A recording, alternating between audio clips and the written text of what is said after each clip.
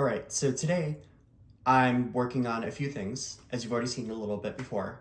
What I'm really excited about is I've been working on an app called ExamCram, and I'm working on it for about 2 years now.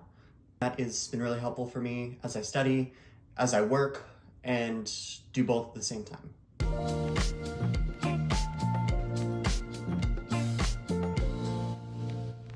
Today's goal is to get the live activity feature working really well.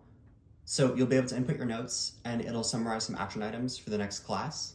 So once you get this live activity here, you'll be able to easily, understand what you need to get done before next class. All right, so I just got something to eat. My mom and I went out to dinner. All right, so it looks something like this. What it does is it counts down to your class, as well as show the class name and where it's located, and then has some of your notes here. So we're gonna wanna update the notes portion we're gonna give it an endpoint. So we'll create an OpenAI endpoint that takes some text and summarizes it and puts it into bullet point format. So it's easier for you to understand what you've got next. Might even add some check marks to it too, but we'll see.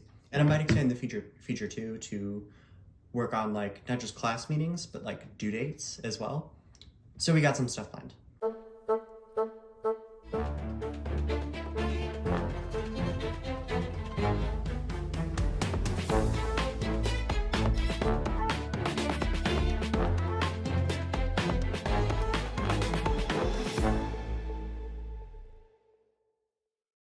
So here is a better look at the live activity. So I can tap this, Face ID, and it should be checked like you see it now. And yeah, that's a better look at it. And it also built that list from a summary that I generated it with ChatGPT, like a brief lecture, and it summarized that for me. So there's that. Now here's a quick look at our activity. You'll see this is for the demo live activity. So this are examples here. And then we create the live activity here, but technically it's a request. It could be denied because it is a request, but we can create it there. And then if we go down here, simply finds that note v2, which should really be called to do, and toggles it. And that's it. That's how the toggling works. And then it is passed to checkmark view, which I built a while back, but I'm repurposing it. So a bit of a deeper dive into the code.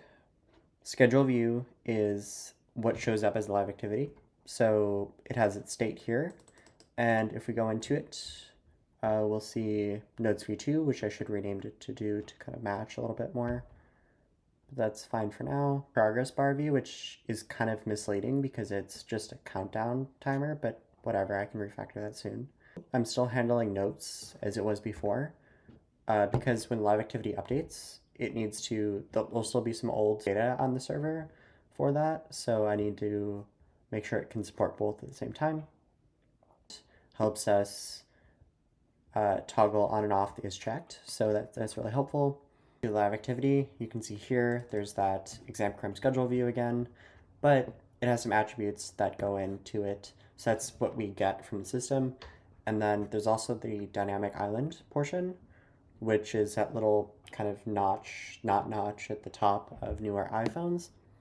And that has different behavior. Let's see if I got it up. I do not. Well, let's get it up. So I'll go here, press Explore Live Schedule Demo. Should be doing something. There we go. So as you can see, it checked correctly and did that well. Now, demo, so if I select some text here, go to this little button here that summarizes text and generates action items, so it's like a to-do list. What I'll say is and then summarize action items. So it should work within about like 5 seconds or less than that. So yeah, so it showed up everything that it should. A live schedule for like my next class, these to-dos will show up and I'll be able to check them off. Thank you for watching this video. I hope you enjoyed it. Please like and subscribe if you want more content like this, and we'll see you in the next one. And let me know if you have any feedback in the comments. This is my first vlog style video, So, still learning.